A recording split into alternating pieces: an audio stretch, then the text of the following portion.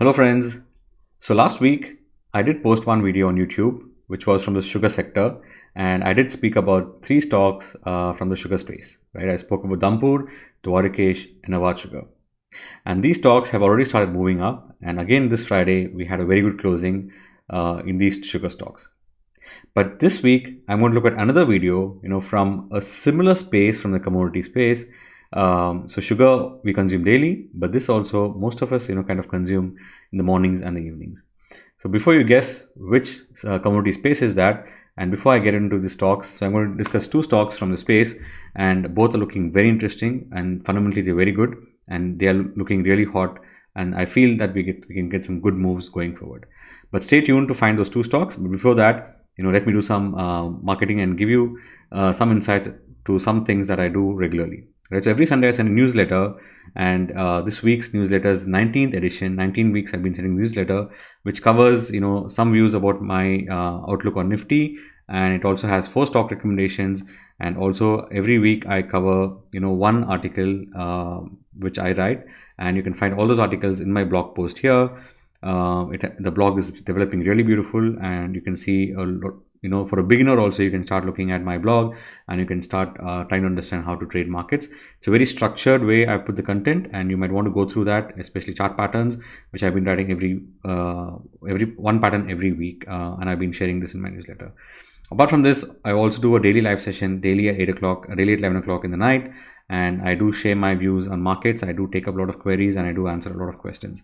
So if you haven't subscribed to my channel yet, do subscribe, and so that we get some more followers and we get some more knowledge and we spread our knowledge to others as well.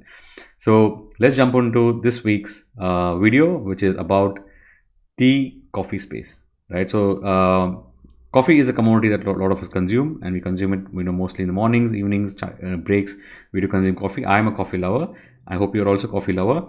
And if you do love coffee, and if you like this sector already, if you're invested in the sector, I think it's time to either add more or to be, or to invest more in the stocks. So let's look at two stocks. The first stock that we're going to talk about today is CCL Products. Right now, as usual, I'm going to look at the fundamental of this company and what it does, and probably the financial numbers, and then we can move into the technical analysis. So coming to the fundamental analysis, so what we do here is we look at this company financials, and we look at what the company is doing, and then we move to the price analysis. So this stock is decently valued. It's around 5,500 crore market cap. It has an ROC of 16.5, which means for every 100 rupees a company invests, it's able to generate returns of 16 rupees on that investment. And just looking at what the company does, it is into production, trading and distribution of coffee, and they have business operations in India, Vietnam, and Switzerland countries. Now, more interesting details can be found here. So if you go through this, you will see they have 250 plus blends of instant coffee for leading global manufacturers in 90 plus countries. So they are one of the biggest producers of instant coffee powders as well.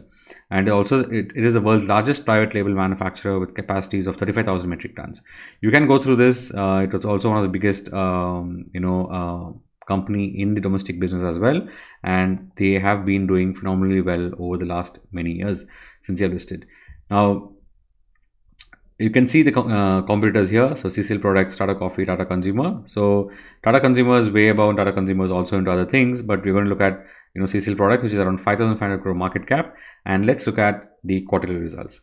Right, so the quarterly results here is from 2018 September till March 2021. Now, if you look at these numbers, if you see the numbers have started rise. So right now they are doing a sale of 330 crores.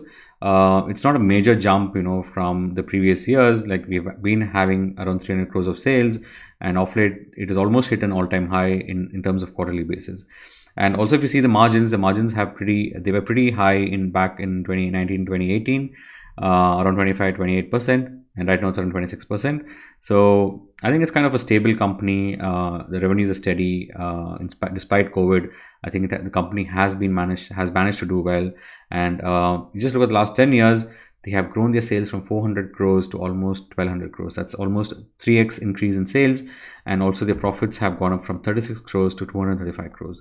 Now that's a very good jump, almost 8-9x increase in around 8x increase in sales.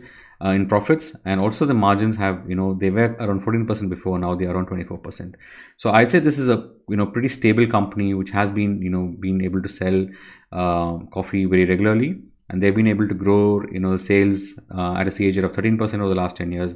The last 3 years around 3%, still not bad, right? And I think the company has been doing pretty decent, not very good, but pretty decent. And from a borrowings perspective, their borrowings did go from 237 down to 142, but off late it has again increased, and right now it's around 469 crores. But that's again not very bad.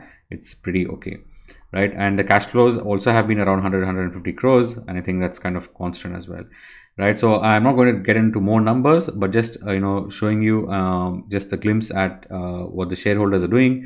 The shareholders in the company, especially the promoters, have increased the stake by 0.2% over the last few quarters, right? FIs have reduced the stake from 26% to all the way to 9%, but DIs have increased their stake, right? Of late, DI institutions have been buying more. If you've seen the FI data and the DI data, DIs have been buying more. So overall, I think fundamental wise, they're pretty decent. Now let's look at the technicals, right? Technicals is very important because you can find really good entries when you look at technical charts. So let's look at what the charts are telling us. Now this is the overall chart of CCL Products, right? So back since 2004, the stock has been kind of it did not go much, it did not do anything since 2013. So that's almost 9 years it didn't do anything, and in 1 year it moved from 30 to 300. Then again it consolidated, and again it's moving up. Now just let's look at what the chart actually did, right? So after the listing, in 2004 on 5.8, it kind of made a double bottom here. It kind of retested that lows, and then it went up all the way. But then there was a massive breakout here back in 2012. This downtrend kind of broke out, right? But then a major horizontal resistance also broke out. That's a cup and handle pattern. Probably a cup and handle also was broken out in 2013. Then it had a very strong move from 40. It went all the way up to 300 levels. Now this is a multi-year breakout, right? So since 2006 to 2013, that's a 6-7 year breakout, and do look out for such breakouts in stocks. And if you do fundamentally feel that they're doing well, such breakouts can help you find multi-baggers. Now looking at the recent trend, right? So recent trend, if you see since 2017, the stock has been in a downtrend, and if you see, we have the second touch point and the third touch point. So this stock finally broke out back in May 2021, which is just a few months back, and since then the stock has been consolidating, so it hasn't done much here. Now I'm going to jump into the lower time frames. So this is more of a multi-time frame analysis. I'm going to jump into the lower time frames to show you what's happening here, right? Now if you consider this high over here, back in 2017 high. Now that price was around 372. The highest price back in 2017 was 372, and this stock kind of was facing resistance around the same highs, right? Now always there'll be a lot of people who are stuck around this level. They kind of try to sell their shares and try to get out because they got the cost back, but they just didn't know that this stock can go much higher. So after that sell-off, the stock has been consolidating around the all-time highs, and I think this stock, it did have a sell-off back in July, and then it came down, and here you see we're having kind of a doji. Now that candle signifies that the selling has paused, and then it has been going sideways. And this week, finally, we are having a green candle. After 4 weeks of red candle, this week, finally, we are having a green candle with an increase in volume. Now that's very significant. And also, if you look from a trend line perspective, so from here, if you're looking from here, you'll see that this kind of is also taking support around the trend line. So this is the daily time frame, right? So we looked at monthly, we looked at weekly, and now daily. So I think the stock has completed its correction after this crazy move up back in July, and I feel we are also about to break out from this level, and probably we're going to head higher from here. Now this stock is also one of the stocks recommended in this week's newsletter. I've given some targets. Go back and read that newsletter. But for now, if you're going to invest in the stock, you can keep a stop loss around 350 levels, which is around 62 points from here, which is around 15%, and we can look for targets of 500 and even higher in the coming months. Right, so it depends on how you want to trade. If you're a swing trader, probably you'll get you can sell around 500 levels. But if you're a position trader, you can probably get more returns, and if you're an investor, you can probably hold it for many more years, and this stock can head higher from here. So that's the first stock. And if you like this analysis, already go ahead and subscribe to my channel, and also like my channel, like this video in my channel. But the second stock that we're going to discuss is a Tata brand stock, right? So we all know Tata has recently acquired Air India, and that's been going all on the news. But Tata Coffee also is one of the good businesses that Tata has, and today we're going to look at Tata Coffee, which is the second stock idea from the coffee space, right? So Tata Coffee, so if you see, it's also a competitor of CCL Products. In fact, it has a very slight lesser market cap, but it has more sales. So it shows that CCL Products has a higher value in the market than Tata Coffee. But nonetheless, we'll look at both, right? So let's look at Tata Coffee. Now, Tata Coffee again is a decent company. It has around 4,000 crores market cap. It trades around 12 ROC, which means for every 100 rupees the company invests, they make 12 rupees, generate 12 rupee returns. And I feel that again, this company also is decent. It has operations in many countries as CCL Products has. And this also company, you can read the details here. There are a lot of details given, but both these companies are kind of operating on a similar scale. That's my opinion. Okay, now looking at the fundamentals of this company, of late, the company in the last recent quarters has been, around the 500 crore mark, 550 crores mark. And recently, last quarter to quarter, if you compare March to March, we've done a pretty good jump in the sales. Also, if you compare quarter on quarter, also we've done there's been a pretty good jump in sales as well. Also, the profits have been steady, and the company has been able to increase its sales since 2010 from 1,200 crores to 2,200 crores. But interestingly, in Tata Coffee, the last 2 years, the sales has, I think, grown pretty fast than CCL Products probably. Again, it might not be that great, but yeah, still, it has been able to grow sales year on year by 10%, right? Whereas CCL Products, I'm not sure exactly how much that was, but it was not 10%, right? It was close to 80, right? 8% around, right? So here, that's a good increase in sales, but the margins have kind of, come down from 24% and it's hovering around the 17% mark, right? Also, the profit has the company did not increase its profits like how CCL did, but still a decent and stable profit generator. This company has been.